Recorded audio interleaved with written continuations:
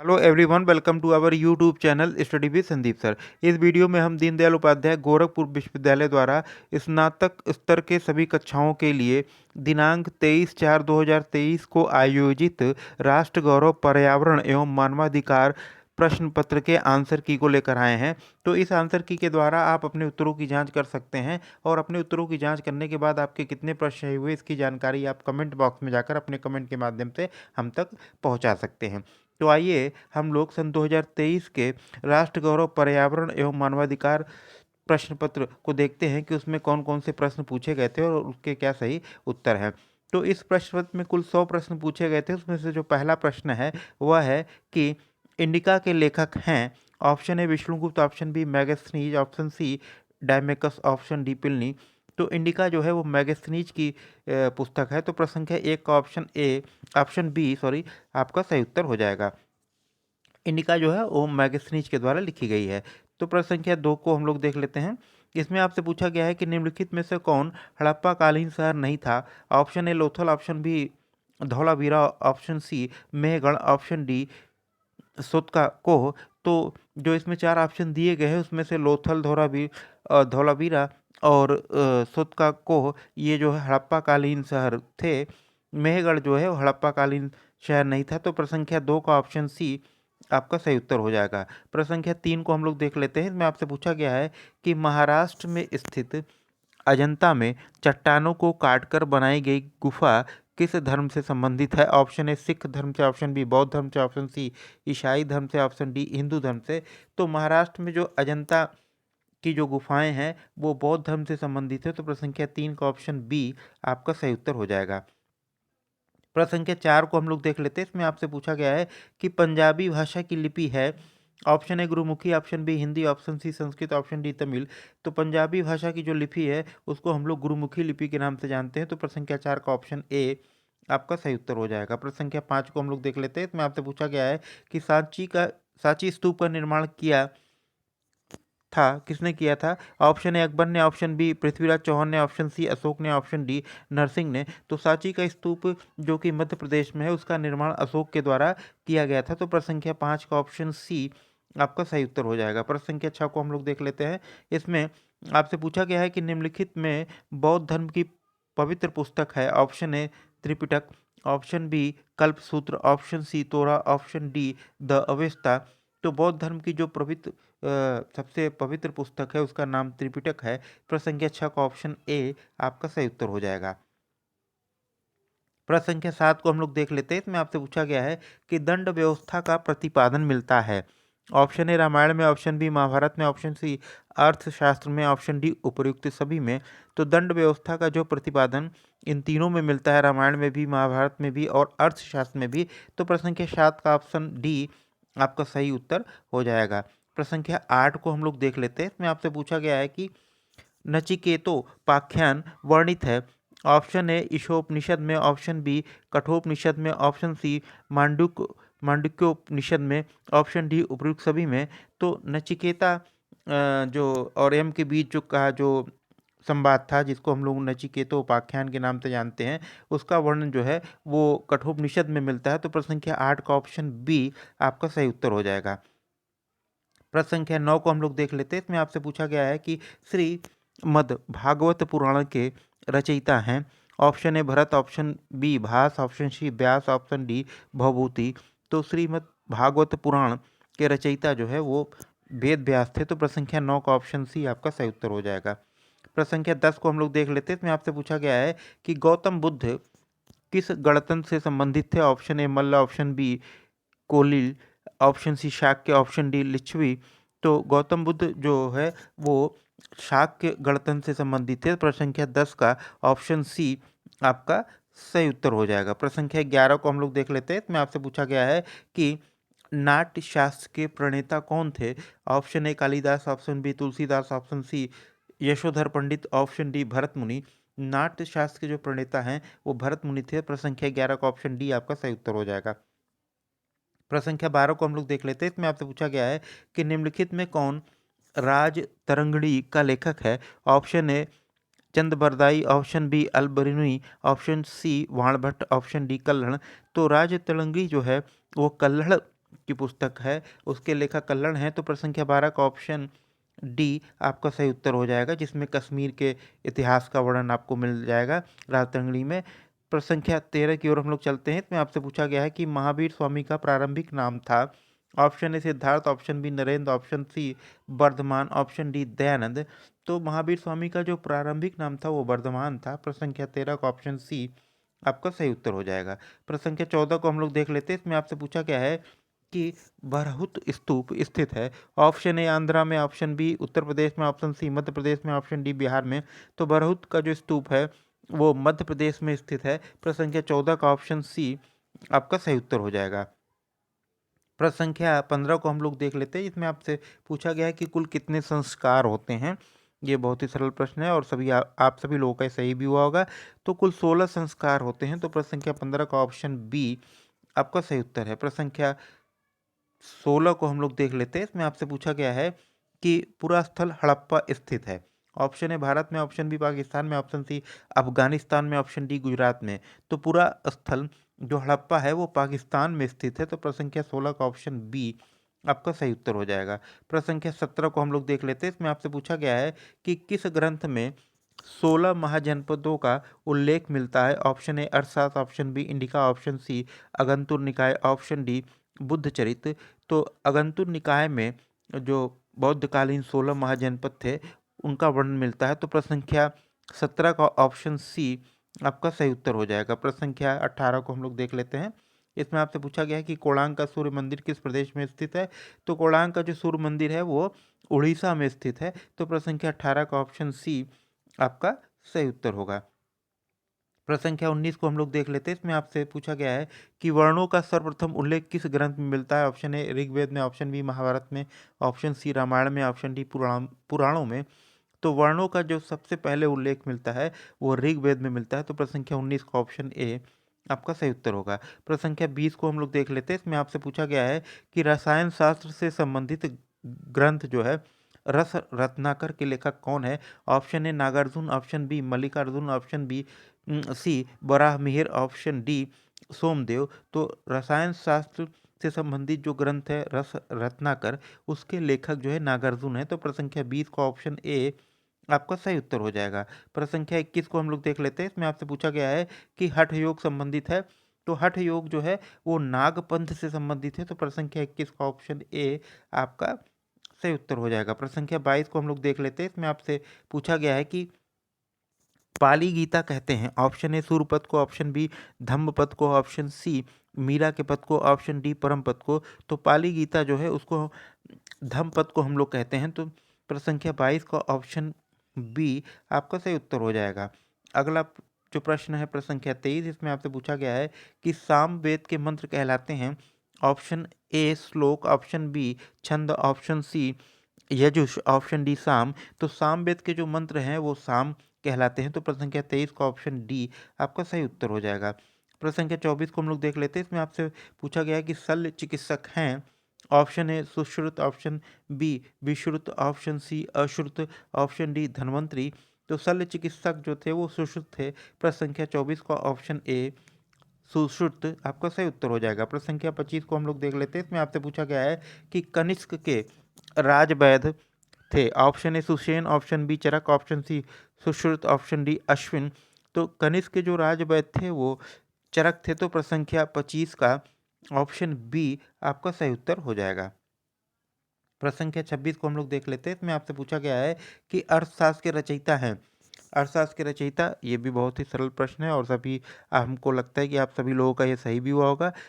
जो कौटिल्य की ये रचना है, कौटिल्य ने अर्थशास्त्र की रचना की थी। तो प्रश्न संख्या 26 का ऑप्शन ए आपका सही उत्तर हो जाएगा। प्रश्न संख्या 27 को हम लोग देख लेते हैं। इसमें आपसे पूछा गया है कि निष्काम कर्मयोग का प्रतिपादन हुआ है। ऑप्शन ए अर्थशास्त्र में, ऑप्शन बी रघुवंश में, ऑप्शन सी गीता में, ऑप्शन डी रामायण में।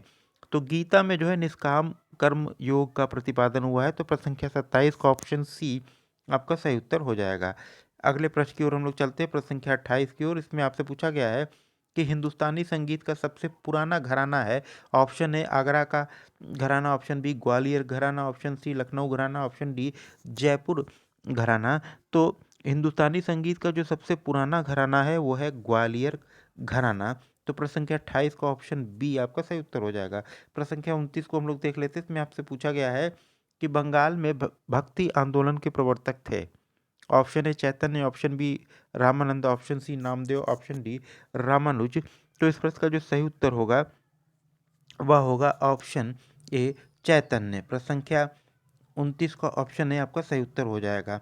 प्रश्न संख्या 30 को हम लोग देख लेते हैं। इसमें आपसे पूछा गया है कि शिकागो के प्रसिद्ध विश्व धर्म सम्मेलन में भारत का प्रतिनिधित्व किसने किया था। ऑप्शन ए गोपाल की गोखले ने, ऑप्शन बी बाल गंगाधर तिलक ने, ऑप्शन सी पृथ्वीराज चौहान ने, ऑप्शन डी स्वामी विवेकानंद ने। तो शिकागो में जो विश्व प्रसिद्ध धर्म सम्मेलन हुआ था 1893 में, जिसमें हमारे देश से स्वामी विवेकानंद ने भारत का प्रतिनिधित्व किया था। तो प्रश्न संख्या 30 का ऑप्शन डी आपका सही उत्तर हो जाएगा। प्रश्न संख्या 31 को हम लोग देख लेते हैं। इसमें आपसे पूछा गया है कि पुरुषार्थ नहीं है। ऑप्शन ए धर्म, ऑप्शन बी कर्म, ऑप्शन सी अर्थ, ऑप्शन डी मोक्ष। तो पुरुषार्थ में धर्म, अर्थ, काम और मोक्ष आते हैं। तो प्रश्न संख्या 31 में जो आपके दिए हैं, धर्म वो पुरुषार्थ है, अर्थ भी पुरुषार्थ है, मोक्ष भी पुरुषार्थ है, कर्म जो है वो पुरुषार्थ नहीं है। प्रश्न संख्या 31 का ऑप्शन बी जो है आपका सही उत्तर हो जाएगा। प्रश्न संख्या 32 को हम लोग देख लेते हैं। इसमें आपसे पूछा गया है कि सम्राट अशोक की पुत्री का क्या नाम था जो धर्म प्रचार के लिए श्रीलंका गई थी।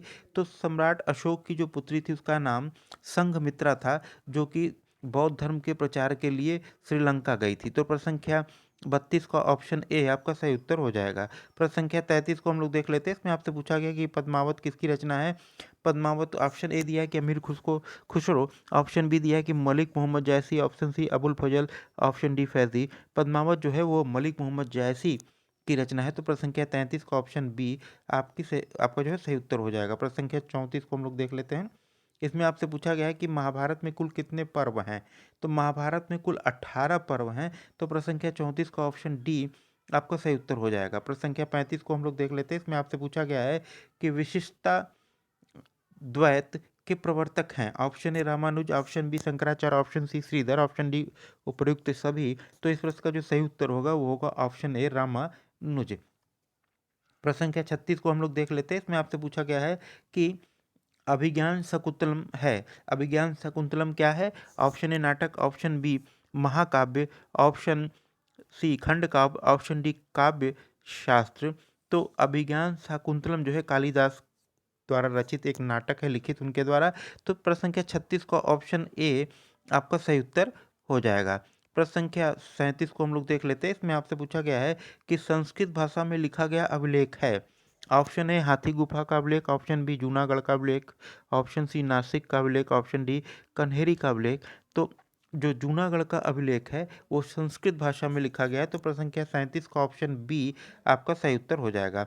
प्रश्न संख्या 38 को हम लोग देख लेते हैं। इसमें आपसे पूछा गया है कि इंडिका की रचना किसने की थी।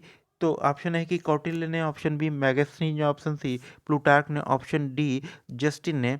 तो इंडिका जो पुस्तक है वह पुस्तक के रचयिता जो हैं, प्रश्न संख्या 38 में जो 4 ऑप्शन दिए गए उसमें से आपका जो सही उत्तर होगा वो होगा ऑप्शन बी मैगस्थनीज। मैगस्थनीज की रचना है इंडिका। प्रश्न संख्या 38 का ऑप्शन बी आपका सही उत्तर हो जाएगा। प्रश्न संख्या 39 को हम लोग देख लेते हैं। इसमें आपसे पूछा गया है कि महात्मा बुद्ध के बचपन का नाम था। Option A Gautam, option B Tathagat, option C Rahul, option D Sugat. तो महात्मा बुद्ध के बचपन का नाम जो है इसमें आपके जो 4 ऑप्शन दिए गए उसमें से ऑप्शन ए आपका सही उत्तर होगा।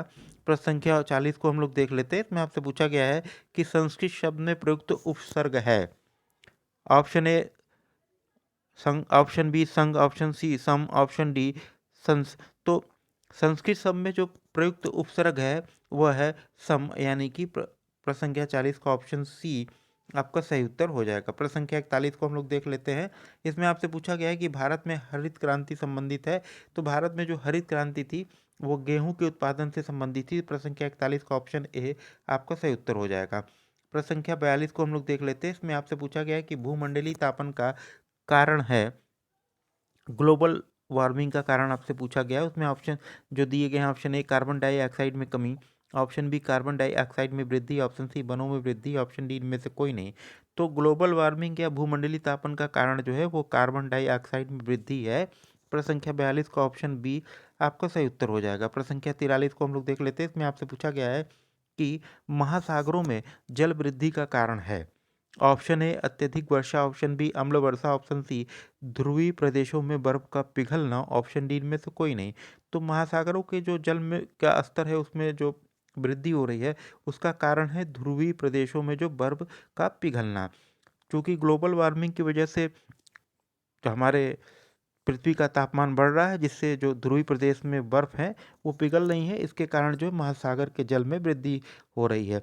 तो प्रश्न संख्या 43 का ऑप्शन सी आपका सही उत्तर हो जाएगा। प्रश्न संख्या 44 को हम लोग देख लेते हैं। इसमें आपसे पूछा गया है कि पृथ्वी दिवस मनाया जाता है। ऑप्शन ए 24 जनवरी, ऑप्शन बी 28 फरवरी, ऑप्शन सी 22 अप्रैल, ऑप्शन डी 5 जून। तो पृथ्वी दिवस जो है 22 अप्रैल को मनाया जाता है। तो प्रश्न संख्या 44 का ऑप्शन बी आपका सही उत्तर हो जाएगा। प्रश्न संख्या 45 को हम लोग देख लेते हैं। इसमें आपसे पूछा गया है कि प्रोजेक्ट टाइगर शुरू किया गया था। ऑप्शन ए 1973 ईस्वी में, ऑप्शन बी 1975 ईस्वी में, ऑप्शन सी 1976 ईस्वी में, ऑप्शन डी 1977 ईस्वी में। तो प्रोजेक्ट टाइगर जो है 1973 ईस्वी में शुरू किया गया था। तो प्रश्न संख्या 45 का ऑप्शन ए आपका सही उत्तर होगा। प्रश्न संख्या 46 को हम लोग देख लेते हैं। इसमें आपसे पूछा गया है कि वनों को नष्ट करने का कुप्रभाव पड़ता है। ऑप्शन ए मृदा अपरदन पर, ऑप्शन बी खरपतवार नियंत्रण पर, ऑप्शन सी सूर्य के प्रकाश पर, ऑप्शन डी चारागाह की वृद्धि पे। तो जब वनों को हम नष्ट करते हैं तो हमारी जो मिट्टी होती है उसका अपरदन होता है, उसका कटाव होता है उसको। तो उसका उत्तर जो आपका प्रश्न संख्या 46 में जो 4 ऑप्शन दिए गए उसमें से सही उत्तर होगा मृदा अपरदन पे। वनों के कटाव से या उनको नष्ट करने से मृदा अपरदन होता है। तो प्रश्न संख्या 46 का ऑप्शन ए आपका सही उत्तर हो जाएगा। प्रश्न संख्या 47 को हम लोग देख लेते हैं। इसमें आपसे पूछा गया है कि पारिस्थितिकी तंत्र में स्वपोषी घटक होते हैं। ऑप्शन ए सूक्ष्म जीव, ऑप्शन बी परवच्छी, ऑप्शन सी पादप, ऑप्शन डी मृतोपजीवी। तो प्रश्न संख्या 47 का जो होगा आपका सही उत्तर वो हो जाएगा ऑप्शन सी पादप। प्रश्न संख्या 48 को हम लोग देख लेते हैं। इसमें आपसे पूछा गया है कि पारिस्थितिकी तंत्र में ऊर्जा का प्रवाह सदैव होता है। ऑप्शन ए चतुर्दिशात्मक, ऑप्शन बी एक दिशात्मक, ऑप्शन बी त्रिदिशात्मक, ऑप्शन डी द्विदिशात्मक। तो पारिस्थितिकी तंत्र में ऊर्जा का प्रवाह सदैव जो है एक दिशात्मक होता है। प्रश्न संख्या 48 का ऑप्शन बी आपका सही उत्तर हो जाएगा। प्रश्न संख्या 49 को हम लोग देख लेते हैं। इसमें आपसे पूछा गया है कि ऊर्जा का गैर परंपरागत स्रोत है। Option A petroleum, option B कोयला, ऑप्शन सी सौर विकिरण, ऑप्शन डी नाभिकीय ऊर्जा उत्पादक केंद्रों से उत्पन्न जो है विद्युत। तो इस प्रश्न का जो सही उत्तर होगा हो जाएगा ऑप्शन डी। प्रश्न संख्या 49 का ऑप्शन डी आपका सही उत्तर हो जाएगा। प्रश्न संख्या 50 को हम लोग देख लेते हैं। इसमें आपसे पूछा गया है कि जीवों में ऊर्जा का स्थानांतरण होता है। ऑप्शन ए जल चक्र से, ऑप्शन बी अवसादी चक्र से, ऑप्शन सी खाद्य श्रृंखला से, ऑप्शन डी जंतु श्रृंखला से। तो जीवों में ऊर्जा का स्थानांतरण स्थानांतरण जो होता है वो खाद्य श्रृंखला से होता है, फूड चेन के माध्यम से। तो प्रश्न संख्या 50 का ऑप्शन सी आपका सही उत्तर हो जाएगा। प्रश्न संख्या 51 की ओर हम लोग चलते हैं और इसमें आपसे पूछा गया है कि पेरियार राष्ट्रीय उद्यान है। पेरियार जो राष्ट्रीय उद्यान है वो केरल में स्थित है। तो प्रश्न संख्या 51 का ऑप्शन बी आपका सही उत्तर हो जाएगा। प्रश्न संख्या 52 को हम लोग देख लेते हैं। इसमें आपसे पूछा गया है कि निम्नलिखित में से ग्रीन हाउस गैस नहीं है। Option A methane, option B nitrous oxide, option C sulphur hexafluoride, option D carbon monoxide. तो इस प्रश्न का जो सही उत्तर होगा हो जाएगा ऑप्शन डी कार्बन मोनोऑक्साइड। बाकी तीनों जो है वो ग्रीन हाउस गैस हैं। प्रश्न संख्या 53 को हम लोग देख लेते हैं। इसमें आपसे पूछा गया है कि वन्य जीव संरक्षण के क्षेत्र में अदम्य साहस दिखाने वाले को पुरस्कार दिया जाता है। ऑप्शन ए इंदिरा गांधी पर्यावरण पुरस्कार, ऑप्शन बी मेदिनी पुरस्कार योजना, ऑप्शन सी अमृता देवी बिश्नोई पुरस्कार, ऑप्शन डी पीताम्बर पंत राष्ट्रीय पुरस्कार। तो वन्य जीव संरक्षण के क्षेत्र में जो अदम्य साहस दिखाने वाले को अमृता देवी बिश्नोई पुरस्कार सबसे प्रदान किया जाता है, उससे सम्मानित किया जाता है। तो प्रश्न संख्या 53 का ऑप्शन सी आपका सही उत्तर हो जाएगा। प्रश्न संख्या 54 की ओर हम लोग चलते हैं। इसमें आपसे पूछा गया है कि निम्नलिखित में से कौन सा प्रदूषक मनुष्य में कैंसर का कारण बन सकता है। Option A carbon monoxide, option B absorb fibre, option C nitrogen dioxide और ऑप्शन डी सल्फर डाइऑक्साइड। तो प्रश्न संख्या 54 का ऑप्शन बी एब्सट्रस फाइबर जो होता है वो मनुष्य में कैंसर का कारण बन सकता है। प्रश्न संख्या 54 का ऑप्शन बी आपका सही उत्तर हो जाएगा। प्रश्न संख्या 55 को हम लोग देख लेते हैं। इसमें आपसे पूछा गया है कि ध्वनि प्रदूषण को मापा जाता है, तो ध्वनि प्रदूषण की माप हम लोग डेसिबल में करते हैं। तो प्रश्न संख्या 55 का ऑप्शन बी आपका सही उत्तर हो जाएगा। प्रश्न संख्या 56 को हम लोग देख लेते हैं। इसमें आपसे पूछा गया है कि कौन सा रोग जल प्रदूषण के कारण होता है। तो जो 4 ऑप्शन दिए गए उसमें से आपका जो सही उत्तर होगा वो होगा डायरिया, ऑप्शन सी। 56 का ऑप्शन सी आपका सही उत्तर हो जाएगा। प्रश्न संख्या 57 को हम लोग देख लेते हैं। इसमें आपसे पूछा गया है कि विटामिन ए का अच्छा स्रोत कौन है। ऑप्शन ए संतरा, ऑप्शन बी गाजर, ऑप्शन सी सेम, ऑप्शन डी अमरूद। तो विटामिन ए जो है वो गाजर में सबसे ज़्यादा पाया जाता है, बाकी संतरा और अमरूद ये सब विटामिन सी के स्रोत हैं। प्रश्न संख्या 57 का ऑप्शन बी आपका सही उत्तर हो जाएगा। विटामिन ए गाजर में पाया जाता है, सबसे अच्छा स्रोत गाजर ही है विटामिन ए का। प्रश्न संख्या 58 को हम लोग देख लेते हैं। इसमें आपसे पूछा गया है कि आयोडीन की कमी से कौन सा रोग होता है। तो आयोडीन की कमी से घेगा रोग होता है। प्रश्न संख्या 58 का ऑप्शन ए आपका सही उत्तर हो जाएगा। प्रश्न संख्या 59 को हम लोग देख लेते हैं। इसमें आपसे पूछा गया है कि मशरूम में सबसे अधिक मात्रा में मिलता है। ऑप्शन ए दिया है कि vitamin C, option B protein, option C वसा, ऑप्शन डी अम्ल। तो मशरूम में सबसे ज़्यादा प्रोटीन पाया जाता है। तो प्रश्न संख्या 59 का ऑप्शन बी आपका सही उत्तर हो जाएगा। प्रश्न संख्या 60 को हम लोग देख लेते हैं। इसमें आपसे पूछा गया है कि ओजोन क्षेत्र अधिक स्पष्ट दिखाई देता है। ऑप्शन ए भूमध्य रेखा, ऑप्शन बी कर्क रेखा, ऑप्शन सी मकर रेखा, ऑप्शन डी ध्रुव दक्षिणी। उत्तरी और दक्षिणी ध्रुव, उत्तरी ध्रुव से भी बहुत स्पष्ट दिखाई देता है। इसमें उत्तरी ध्रुव का नाम नहीं, चूंकि ध्रुव दिया है तो दक्षिणी ध्रुव को ही हम लोग मान लेते हैं। तो प्रश्न संख्या 60 का ऑप्शन डी आपका सही उत्तर हो जाएगा। प्रश्न संख्या 61 को हम लोग देख लेते हैं। इसमें आपसे पूछा गया है कि वायु प्रदूषण को कम किया जा सकता है। ऑप्शन ए सूर्य प्रकाश द्वारा, ऑप्शन बी वृक्षों द्वारा, ऑप्शन सी ध्वनि विस्तारक केंद्रों पर रोक लगाकर, ऑप्शन डी इनमें से कोई नहीं।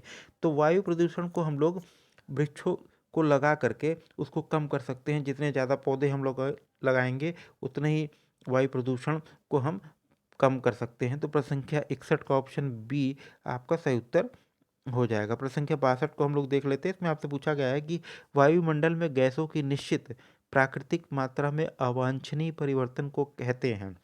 तो वायुमंडल में जो गैसें होती हैं वो एक निश्चित अनुपात में पाई जाती है। अगर उसमें कोई अवांछनीय परिवर्तन होता है तो उसको हम लोग वायु प्रदूषण के नाम से जानते हैं। तो प्रश्न संख्या 62 का ऑप्शन ए आपका सही उत्तर हो जाएगा। प्रश्न संख्या 63 को हम लोग देख लेते हैं। इसमें आपसे पूछा गया है कि कौन सा वायुमंडलीय प्रदूषक अम्लीय वर्षा का मुख्य कारण है।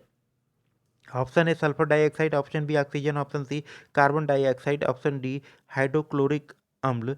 तो वायुमंडलीय जो प्रदूषक है वो जो अम्ल वर्षा का कारक है वो है सल्फर डाइऑक्साइड। प्रश्न संख्या 63 का ऑप्शन ए आपका सही उत्तर हो जाएगा। प्रश्न संख्या 64 को हम लोग देख लेते हैं। इसमें आपसे पूछा गया है कि मोटर कार से उत्पन्न प्रदूषक जो मानसिक रोग पैदा करता है।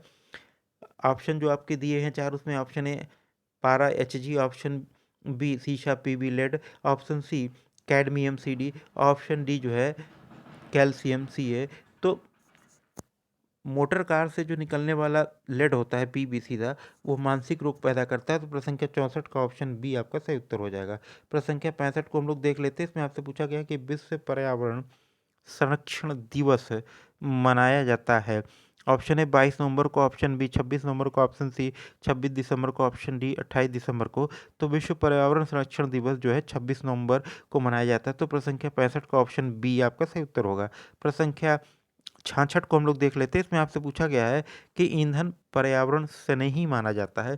Option A petrol, option B diesel, option C LPG, option D CNG. तो इस प्रश्न का जो सही उत्तर होगा वो होगा ऑप्शन डी सीएनजी। प्रश्न संख्या 67 को हम लोग देख लेते हैं। इसमें आपसे पूछा गया है कि विश्व जनसंख्या दिवस मनाया जाता है।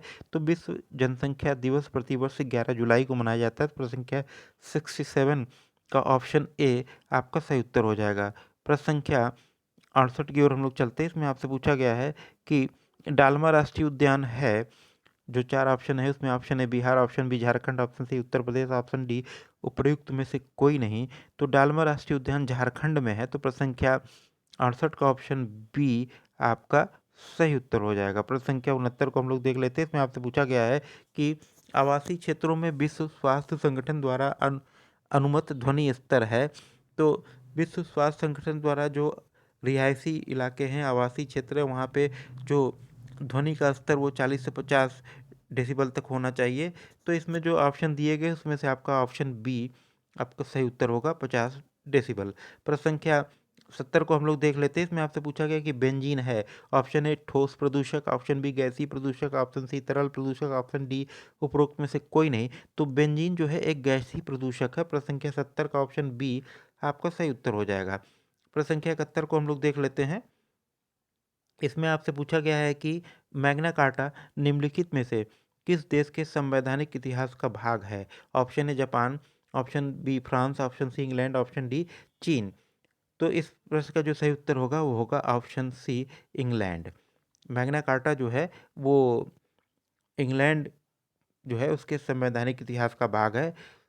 प्रश्न संख्या 71 का ऑप्शन सी आपका सही उत्तर हो जाएगा। प्रश्न संख्या 72 को हम लोग देख लेते हैं। इसमें आपसे पूछा गया है कि किस वर्ष को संयुक्त राष्ट्र ने वृद्धजनों के लिए अंतर्राष्ट्रीय वर्ष के रूप में घोषित किया था। ऑप्शन ए 1999 में, ऑप्शन बी 2003 में, ऑप्शन सी 2005 में, ऑप्शन डी 2009 में। तो इस प्रश्न का जो सही उत्तर होगा वो होगा ऑप्शन ए 1999 में। 1999 को जो है संयुक्त राष्ट्र ने वृद्धजनों के लिए अंतर्राष्ट्रीय वर्ष के रूप में घोषित किया था। तो प्रश्न संख्या 72 का ऑप्शन ए आपका सही उत्तर हो जाएगा। प्रश्न संख्या 73 को हम लोग देख लेते हैं। इसमें आपसे पूछा गया है कि शिक्षा का अधिकार भारत के संविधान के निम्नलिखित अनुच्छेदों में से किस में आता है। इसमें आपके ऑप्शन ए दिया है आर्टिकल 21A, ऑप्शन बी अनुच्छेद 31 ए, ऑप्शन सी अनुच्छेद 39 ए, ऑप्शन डी अनुच्छेद 51 ए। तो भारत के जो संविधान है उसमें जो शिक्षा का अधिकार है वो अनुच्छेद 21A के अंतर्गत आता है। तो प्रश्न संख्या 73 का ऑप्शन है आपका सही उत्तर हो जाएगा। प्रश्न संख्या 74 को हम लोग देख लेते हैं। इसमें आपसे पूछा गया है कि भारत में मानवाधिकार संरक्षण अधिनियम किस वर्ष में बना था। ऑप्शन ए दिया है 1993 में, ऑप्शन बी 1994 में, ऑप्शन सी 1995 में, ऑप्शन डी 1996 में। तो भारत में मानवाधिकार संरक्षण अधिनियम 1993 में बना था। तो प्रश्न संख्या 74 का ऑप्शन ए आपका सही उत्तर हो जाएगा। प्रश्न संख्या 75 को हम लोग देख लेते हैं। इसमें आपसे पूछा गया है कि मानवाधिकार समिति की स्थापना किसके अंतर्गत की गई थी। इसमें जो 4 ऑप्शन दिए गए हैं उसमें से आपका जो सही उत्तर होगा वो होगा ऑप्शन डी ICCPR का अनुच्छेद 28। प्रश्न संख्या 75 का ऑप्शन डी आपका सही उत्तर हो जाएगा। प्रश्न संख्या 76 को हम लोग देख लेते हैं। इसमें आपसे पूछा गया है कि महिलाओं के प्रति भेदभाव के सभी रूपों के उन्मूलन संबंधी अभिसमय को कब अंगीकार किया गया था। ऑप्शन ए 12 जून 1966 में, ऑप्शन बी 15 अगस्त 1975 में, ऑप्शन सी 18 दिसंबर 1979 में और ऑप्शन डी 3 सितंबर 1981 में। तो इस प्रश्न का जो सही उत्तर होगा वो होगा ऑप्शन डी 3 सितंबर 1981। प्रश्न संख्या 76 का ऑप्शन डी आपका सही उत्तर हो जाएगा। प्रश्न संख्या 77 को हम लोग देख लेते हैं। इसमें आपसे पूछा गया कि अंतर्राष्ट्रीय महिला दिवस मनाया जाता है। तो अंतर्राष्ट्रीय महिला दिवस जो है प्रतिवर्ष 8 मार्च को मनाया जाता है। तो प्रश्न संख्या 77 का ऑप्शन डी आपका सही उत्तर हो जाएगा। प्रश्न संख्या 78 की ओर हम लोग चलते हैं। इसमें आपसे पूछा गया है कि यूएन चार्टर के किस अनुच्छेद में यह उपबंध है कि वह मानव अधिकारों और उसके अनुपालन के प्रति सार्वभौमिक सम्मान को बढ़ावा देगा। ऑप्शन ए दिया है कि अनुच्छेद 50 में, ऑप्शन बी अनुच्छेद 55 में, ऑप्शन सी अनुच्छेद 60 में, ऑप्शन डी अनुच्छेद 62 में। तो इस प्रश्न का जो सही उत्तर होगा वो होगा ऑप्शन डी अनुच्छेद 62 में। प्रश्न संख्या 79 की ओर हम लोग चलते हैं। इसमें आपसे पूछा गया है कि आर्थिक, सामाजिक और सांस्कृतिक अधिकार संबंधी प्रसंविदा का अनुच्छेद किससे संबंधित है। ऑप्शन ए आत्मनिर्णय के अधिकार से, ऑप्शन बी कार्य के अधिकार से, ऑप्शन सी सामाजिक सुरक्षा का अधिकार से, ऑप्शन डी शिक्षा का अधिकार से। तो इस प्रश्न का जो सही उत्तर होगा होगा ऑप्शन सी सामाजिक सुरक्षा का अधिकार से। प्रश्न संख्या 80 की ओर हम लोग चलते हैं। इसमें आपसे पूछा गया है कि महिलाओं के संदर्भ में चौथा विश्व सम्मेलन कहाँ पे आयोजित हुआ था। तो इस प्रश्न में जो 4 ऑप्शन दिए गए, ऑप्शन ए लंदन में, ऑप्शन बी तेहरान में, ऑप्शन सी वियना में, ऑप्शन डी बीजिंग में। तो महिलाओं का जो चौथा विश्व सम्मेलन वो बीजिंग में हुआ था। प्रश्न संख्या 80 का ऑप्शन डी जो है वो आपका सही उत्तर हो जाएगा। प्रश्न संख्या 81 को हम लोग देख लेते हैं। इसमें आपसे पूछा गया है कि संयुक्त राष्ट्र द्वारा मानवाधिकारों की सार्वभौम घोषणा अंगीकार की गई थी। ऑप्शन जो दिए गए उसमें ऑप्शन ए 10 दिसंबर 1928 को, ऑप्शन बी 10 जून 1938 को, ऑप्शन सी 10 दिसंबर 1943 को, ऑप्शन डी 10 दिसंबर 1948 को। तो इस प्रश्न का जो सही उत्तर होगा वो होगा ऑप्शन ए 10 दिसंबर 1928 को। प्रश्न संख्या 81 का ऑप्शन ए जो है आपका सही उत्तर हो जाएगा। प्रश्न संख्या 82 को हम लोग देख लेते हैं। इसमें आपसे पूछा गया है कि मानव अधिकार संरक्षण अधिनियम 1993 में कितने अनुच्छेद हैं। Option A 53, option B 43, option C 30, option D 45। तो इस प्रश्न का जो सही उत्तर होगा होगा ऑप्शन सी 30। प्रश्न संख्या 83 को हम लोग देख लेते हैं। इसमें आपसे पूछा गया है कि मौलिक अधिकारों का कौन सा प्रावधान बाल शोषण से संबंधित है। तो इस प्रश्न में जो चार ऑप्शन दिए गए, अनुच्छेद 23, अनुच्छेद 24, अनुच्छेद 17, अनुच्छेद 30। तो भारतीय संविधान का अनुच्छेद जो 24 है वह आपके बाल शोषण से संबंधित है। प्रश्न संख्या 83 का ऑप्शन बी आपका सही उत्तर हो जाएगा। प्रश्न संख्या 83 हो गया ऑप्शन बी। अब प्रश्न संख्या 84 को हम लोग देख लेते हैं। इसमें आपसे पूछा गया है कि मानवाधिकार के उद्देश्य के लिए किसे अधिकार धारक होना चाहिए। ऑप्शन है भारत के नागरिक, ऑप्शन बी विधि वेत्ता, ऑप्शन सी राज्य, ऑप्शन डी मानव। तो मानव अधिकारों के उद्देश्य के लिए जो है सबसे आवश्यक है कि मानव होना। प्रश्न संख्या 84 का ऑप्शन डी आपका सही उत्तर हो जाएगा। प्रश्न संख्या 85 को हम लोग देख लेते हैं। इसमें आपसे पूछा गया है कि अंतर्राष्ट्रीय श्रम संगठन की स्थापना इनमें से किसके अधीन हुई है। Option A League of Nation, option B संयुक्त राष्ट्र संगठन, ऑप्शन सी राष्ट्रमंडल, ऑप्शन डी विश्व बैंक समूह। तो अंतर्राष्ट्रीय श्रम संगठन की स्थापना संयुक्त राष्ट्र संगठन के अधीन हुई है। तो प्रश्न संख्या 85 का ऑप्शन बी आपका सही उत्तर हो जाएगा। प्रश्न संख्या 86 को हम लोग देख लेते हैं। इसमें आपसे पूछा गया है कि इनमें से कौन सा आयोग एक संवैधानिक आयोग है। ऑप्शन ए राष्ट्रीय मानवाधिकार आयोग, ऑप्शन बी राष्ट्रीय महिला आयोग, ऑप्शन सी राष्ट्रीय अल्पसंख्यक आयोग, ऑप्शन डी राष्ट्रीय अनुसूचित जनजाति आयोग। तो ऊपर के जो तीन आयोग हैं वो संवैधानिक आयोग नहीं है। राष्ट्रीय अनुसूचित जनजाति आयोग जो है एक संवैधानिक आयोग है। तो प्रश्न संख्या 86 का ऑप्शन डी आपका सही उत्तर हो जाएगा। प्रश्न संख्या 87 को हम लोग देख लेते हैं। इसमें आपसे पूछा गया है कि मानवाधिकार आयोग 1947 के प्रथम अधिवेशन में भारत का प्रतिनिधित्व किसने किया। Option A Sarojini Naidu, option B Mahadevi Verma, option C Rajendra Prasad, option D Shrimati Hansa Mehta. तो मानवाधिकार आयोग 1947 में जो प्रथम अधिवेशन हुआ था उसमें भारत का प्रतिनिधित्व श्रीमती हंसा मेहता ने किया था। प्रश्न संख्या 87 का ऑप्शन डी 87 का ऑप्शन डी आपका सही उत्तर हो जाएगा। प्रश्न संख्या 88 को हम लोग चलते हैं। इसमें आपसे पूछा गया है कि मानवाधिकारों की सार्वभौम घोषणा का कौन सा अनुच्छेद ये प्रकट करता है कि प्रत्येक को जीवन, स्वतंत्रता एवं अपनी सुरक्षा का अधिकार है। ऑप्शन ए अनुच्छेद 1, ऑप्शन बी अनुच्छेद 3, ऑप्शन सी अनुच्छेद 5, ऑप्शन डी अनुच्छेद 6। तो इस प्रश्न का जो सही उत्तर होगा वो होगा ऑप्शन डी अनुच्छेद 6। प्रश्न संख्या 89 की ओर हम लोग देख लेते हैं। 89 को इसमें आपसे पूछा गया है कि भारत में राष्ट्रीय मानवाधिकार आयोग के प्रथम अध्यक्ष कौन थे। तो भारत का जो राष्ट्रीय मानवाधिकार आयोग के प्रथम अध्यक्ष रंगनाथ मिश्रा थे, जस्टिस। प्रश्न संख्या 89 का ऑप्शन ए आपका सही उत्तर हो जाएगा। प्रश्न संख्या 90 को हम लोग देख लेते हैं। इसमें आपसे पूछा गया है कि मानवाधिकारों की तीसरी पीढ़ी निम्नलिखित में से किस नाम से भी जानी जाती है। ऑप्शन ए नागरिक के अधिकार, ऑप्शन बी विकासात्मक अधिकार, ऑप्शन सी समूह अधिकार, ऑप्शन डी महिलाओं के अधिकार। तो मानवाधिकार की जो तीसरी पीढ़ी है उसको हम लोग समूह अधिकार के नाम से जानते हैं। तो प्रश्न संख्या 90 का ऑप्शन सी आपका सही उत्तर हो जाएगा। प्रश्न संख्या 91 को हम लोग देख लेते हैं। इसमें आपसे पूछा गया है कि मानवाधिकारों की सार्वभौम घोषणा के मुख्य प्रेरक निम्नलिखित में से कौन थे। Option A Woodrow Wilson, option B Franklin D Roosevelt, option C Thomas Paine, option D Eleanor Roosevelt. तो इस प्रश्न का जो सही उत्तर होगा वो होगा ऑप्शन डी एलिनर रूजवेल्ट। प्रश्न संख्या 92 को हम लोग देख लेते हैं। इसमें आपसे पूछा गया है कि मानवाधिकारों पर संयुक्त राष्ट्र आयोग किसने गठित किया। ऑप्शन ए संयुक्त राष्ट्र महासभा, ऑप्शन बी संयुक्त राष्ट्र सुरक्षा परिषद, ऑप्शन सी इकोसोक, ऑप्शन डी उपयुक्त में से कोई नहीं। तो इस प्रश्न का जो सही उत्तर होगा वो हो जाएगा ऑप्शन ए। प्रश्न संख्या 92 का ऑप्शन ए आपका सही उत्तर हो जाएगा। प्रश्न संख्या 93 की ओर हम लोग चलते हैं। इसमें आपसे पूछा गया है कि राष्ट्रीय महिला आयोग के अध्यक्ष हैं। जो चार ऑप्शन दिए गए उसमें से आपका जो सही उत्तर होगा ऑप्शन बी रेखा शर्मा। प्रश्न संख्या 94 को हम लोग देख लेते हैं। इसमें आपसे पूछा गया है कि राष्ट्रीय मानवाधिकार आयोग के अध्यक्ष का कार्यकाल होता है। ऑप्शन ए 4 वर्ष या 68 वर्ष की आयु तक, ऑप्शन बी 5 वर्ष या 70 वर्ष की आयु तक, ऑप्शन सी 3 वर्ष या 65 वर्ष की आयु तक, ऑप्शन डी उपयुक्त में से कोई नहीं।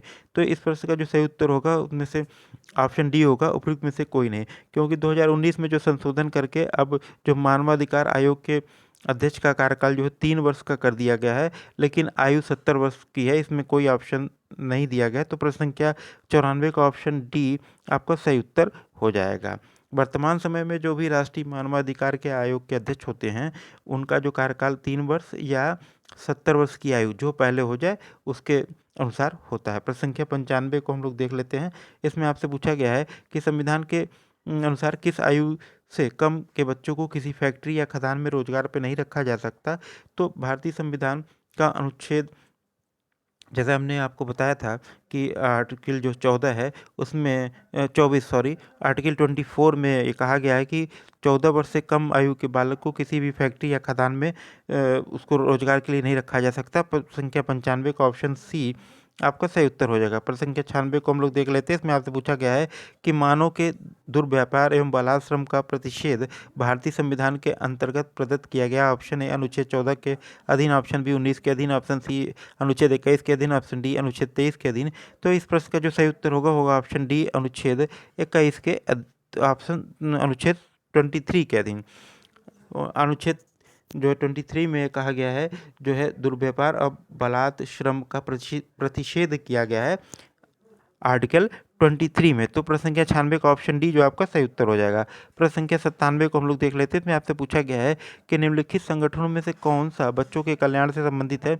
Option A UNESCO, option B UNICEF, option C ILO, option D WTO। तो इस प्रकार का जो सही उत्तर होगा ऑप्शन बी यूनिसेफ। प्रश्न संख्या 98 को हम लोग देख लेते हैं। इसमें आपसे पूछा गया है कि मानव अधिकार संरक्षण अधिनियम 1993 की किस धारा के अंतर्गत मानव अधिकार न्यायालय की स्थापना का प्रावधान किया गया है। तो ऑप्शन ए अनुच्छेद 28, ऑप्शन बी अनुच्छेद 29, ऑप्शन सी अनुच्छेद 30, ऑप्शन डी अनुच्छेद 31। तो इस प्रश्न का जो सही उत्तर होगा वो होगा ऑप्शन सी अनुच्छेद 30 या आर्टिकल 30। प्रश्न संख्या 99 को हम लोग देख लेते हैं। इसमें आपसे पूछा गया है कि राष्ट्रीय मानव अधिकार आयोग के अध्यक्ष की नियुक्ति की जाती है। तो राष्ट्रीय मानव अधिकार आयोग के अध्यक्ष की नियुक्ति राष्ट्रपति के द्वारा की जाती है। तो प्रश्न संख्या 99 का ऑप्शन ए आपका सही उत्तर हो जाएगा। प्रश्न संख्या 100 को देख लेते हैं जो इस प्रश्न पत्र का अंतिम प्रश्न है। इसमें आपसे पूछा गया है कि कौन सा अधिकार मूल अधिकार नहीं है। ऑप्शन ए धार्मिक स्वतंत्रता, ऑप्शन बी भाषण की स्वतंत्रता, ऑप्शन सी रोजगार का अधिकार, ऑप्शन डी समानता का अधिकार। तो धार्मिक स्वतंत्रता, भाषण की स्वतंत्रता और समानता का अधिकार ये जो मूल अधिकार हैं, रोजगार का अधिकार जो है मूल अधिकार नहीं है। तो प्रश्न संख्या 100 का ऑप्शन सी आपका सही उत्तर होगा। तो इस प्रकार जो है आपके इस प्रश्न पत्र में जो कुल 100 प्रश्न पूछे गए थे उन सभी प्रश्नों के उत्तर आपको प्राप्त हो गए हैं। तो यदि ये वीडियो आपको अच्छा लगे तो इसको लाइक कीजिएगा, इसको शेयर कीजिएगा और यदि आप हमारे चैनल पर नए हैं तो चैनल को सब्सक्राइब करना मत भूलिएगा। धन्यवाद।